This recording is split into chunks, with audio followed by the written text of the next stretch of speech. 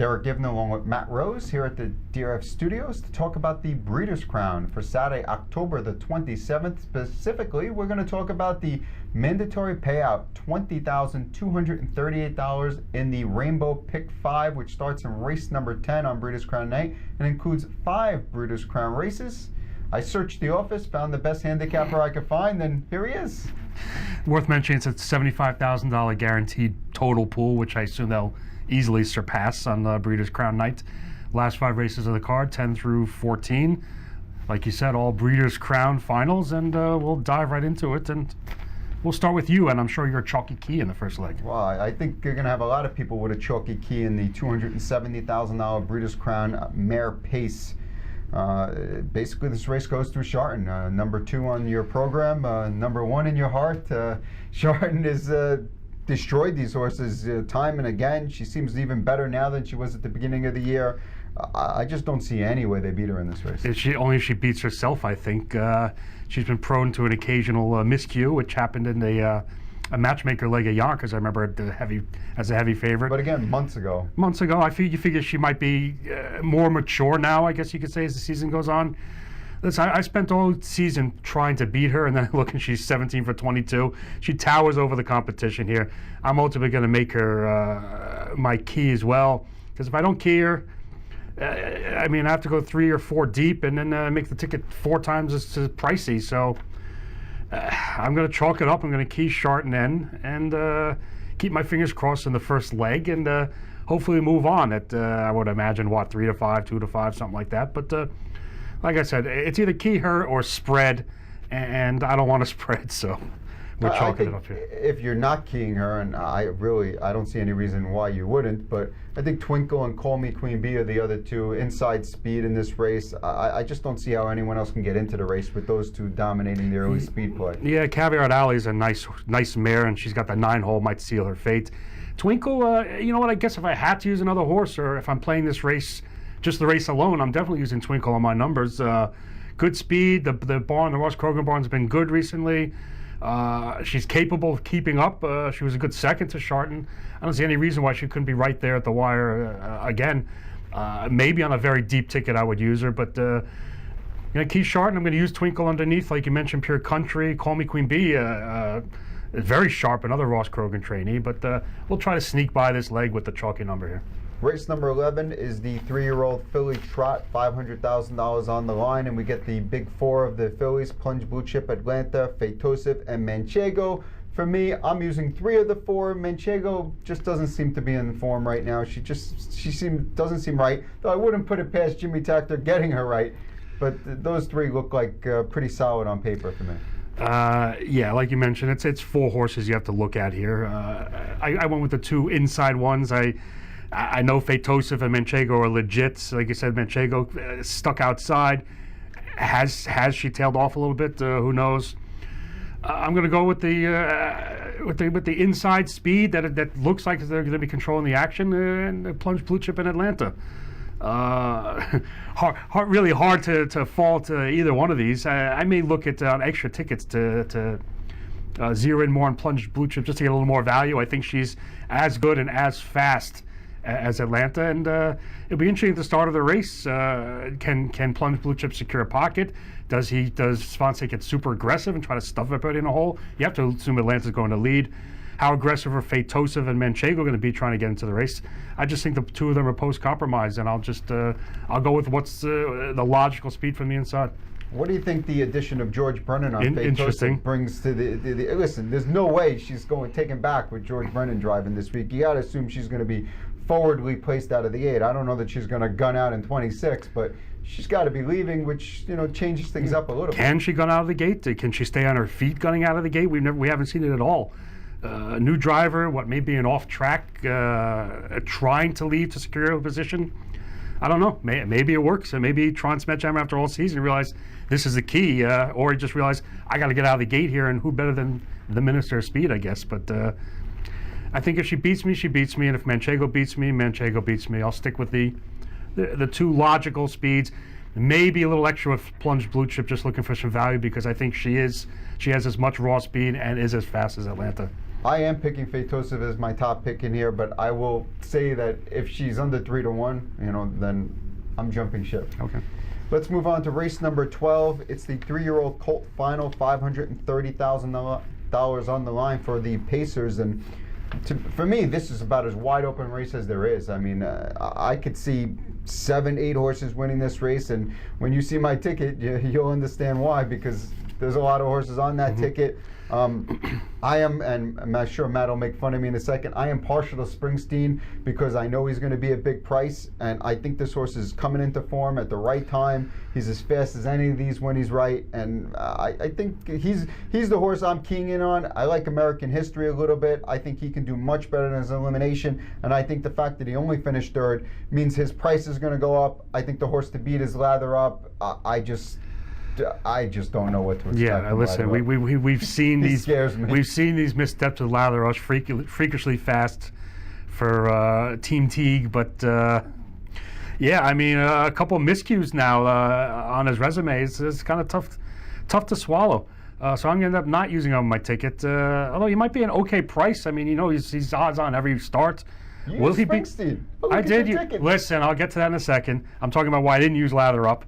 All right, I have to use Springsteen. We discussed it last week, and yes, he came home with plenty of pace. That's 2 good starts in a row. Maybe he's cycling into his I'm in the mood form, and I'm not sure what kind of trip he gets. I think is he uncovered in a spot? I don't know. That might not be the best trip, but we know when right he's capable, and we discussed it last week. You liked him last week, and he came too little too late. But listen, in what is a competitive event, he's got to be on the tickets.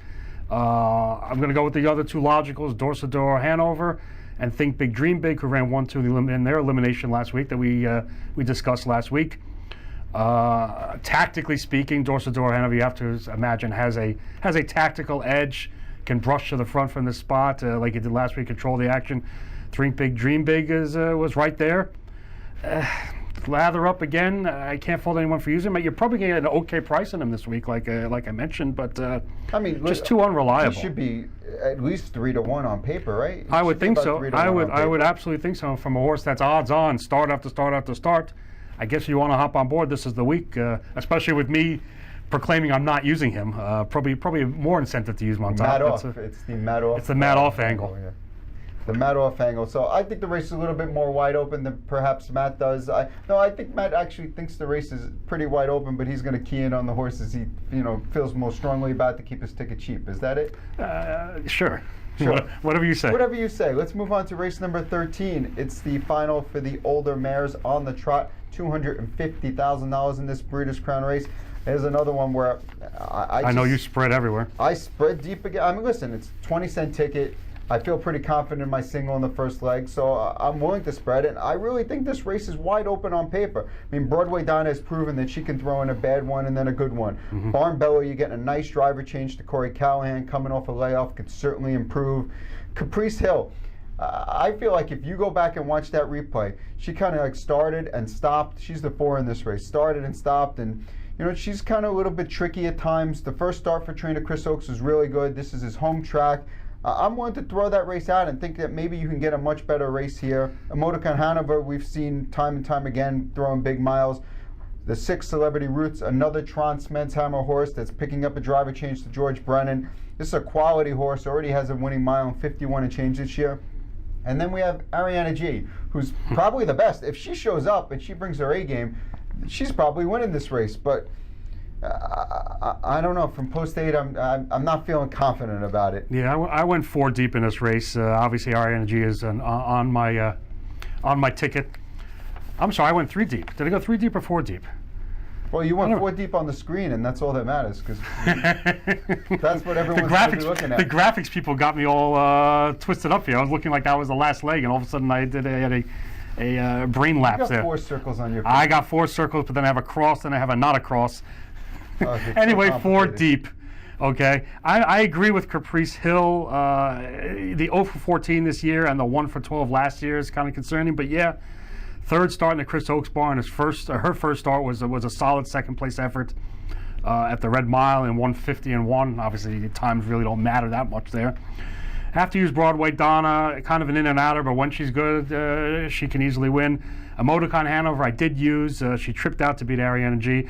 I don't think she's looking at that same trip, but she is capable. So maybe if she can come from, I'm looking maybe an off-the-pace scenario, but not in the pocket, or used up too hard early and has a little left late. But I'm going to throw my ticket anyway because I know she's capable. And Ariana G, because, like you said, if Ariana G shows up, she probably wins here. But it's a big question mark. But I'm in agreement with Caprice Hills. Maybe a bit of a price here. Chris Oakes home track, third start. Like I said, the one for 26 is nothing to get excited about. But new barn could be new results. And I noticed you're not falling into the what you're considering a trap with the Transmeds Hammer to catch drivers angle. Yeah, just I'm not in love with either one of them. Listen, like you mentioned, Barn Bella, we saw this horse on the New York Sire Stakes champion, I believe, for the last couple of seasons. Celebrity Ruth also has raced very well in New York. But you're not buying it. I'm not buying it. I'm not using 6 horses like you're using, but I'm not buying in. I'm going to spend more, but I'm going to get more back. Okay. That's how it's going to work. Race number 14, $430,000. This is the Open Pace, and this is the matchup that a lot of people will be waiting for. You have Lazarus versus McWicked, and then you have my top pick, which is Don't Tell Me Again, who, quite frankly, I think is every bit as fast and every bit as good as the other two. Has been managed perfectly all year long, and I just don't see any reason why you shouldn't play Don't Tell Me Again at 3 or 4 to 1 on your tickets rather than playing McWicked at 7 to 5 or whatever you're going to get. And I just don't see him being that much better. He's had a great season. He's a division leader. He deserves all the awards for that, but I just don't see him as that much better than Don't Tell Me Again. And I think he's at a tactical disadvantage with Lazarus drawing inside of him. I think Yannick Gingras is going to see the fact that he doesn't want to come first over and have McWicked sitting on his back and then running him down. I think he's going to be a little bit aggressive and try to make a move to the front and make McWicked, have the tougher trip of the two. Well, I left nothing to the imagination, I guess you could say. I used all 3 of them on my budget tickets, Lazarus and McWicked and Don't Tell Me Again. I'm in agreement with you, though. I'm not thrilled with Lazarus after missing time after that scratch sick when he had the 6-hole at Yonkers in the Dan Rooney Invitational. And I read a quote somewhere that they scratched him sick so he could be in top shape for this race, which I don't know. I don't know how to take that quote, but if I am quoting that correctly, if I'm not, forgive me. Basically using the 3 favorites so you can hit it if you're alive. However, I notice that you're not using McWicked on your ticket. When I go on deeper tickets, I'm using McWicked and I'm using Don't Tell Me Again. And I actually thought of the concept of King Don't Tell Me Again. I'm in agreement with you. I think this is his time to shine. Everyone's been talking about the Lazarus McWicked matchup. This is the rubber match. They're tied 2-2, I believe. Although you left me hanging last time when I asked you that question. And obviously that did not materialize at Yonkers and the Dan Rooney. And we saw McWicked just blow by the field effortlessly. Let's say this track comes up a little off, or they're talking about rain or whatever. 90% chance of rain. You look at the race at Scioto that McWicked ran, and in the slop, and he never didn't really fire his best. Does he not like an off track? Who knows? But I hope he doesn't, because I'm tossing him on all my tickets. And I'm taking a stand against McWicked, who's going to be the favorite in this race, and I just don't think he's that much better than the other 2 or 3. Quite frankly, I would consider using Filibuster Hanover on my ticket before McWicked, because I think he has the tactical speed to work out probably a pocket trip in this spot, and could be in an early pocket at least. An early pocket, but how many horses are going and who's going, and he's got the speed where if he wants to gun out of there in 25 and 4, he can. And he will secure the right position. And I wouldn't be shocked if he won. I'd rather take him at what could be 8 to 1 than take McWicked at what's probably 6 to 5. You'd be looking at a second move he'd have to make in order to win this race, and I think he can only do that if he's sitting in the pocket. So it depends. So the 3-hole's very good at this track. I mean, it's a very good spot at this track. If you get clearance. It's like the passing lane is like 300 feet wide. You've seen it before. So there's like six passing lanes that open up? They all go up the inside. It happens all the time. The 3-hole's a better trip at this track than second or third over. If you look at recent races and how they run. Okay. So with that said, I'm not using Filibuster Hanover on my ticket, but I can see him underneath. I don't think he's going to make a second move and be able to pass any of the big three in here. But like I said before people say, oh God, he's using all three.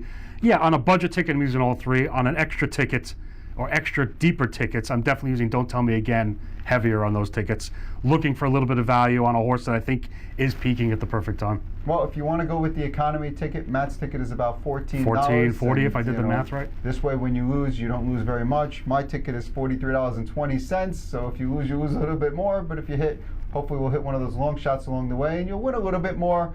$20,000 carryover. It's a mandatory payout, $75,000 guaranteed pool. I'm sure we'll go way past that. Great Breeders' Crown card, 14 races, 12 Breeders' Crown races, and it's all live on DRF Hunters Live. You can watch all the action. We'll have real-time insights. Garnett Barnsdale will be on there. I'll, chime in a little bit. Is it an earlier post time? I believe post time is 5:30. So keep in mind, post time is 5:30. So you got to get the engines revved up a little earlier on Saturday. Get there early. Buy a ticket to the tent so you'll be nice and warm. You get a nice buffet, and you can watch the races even if it is raining. Good luck.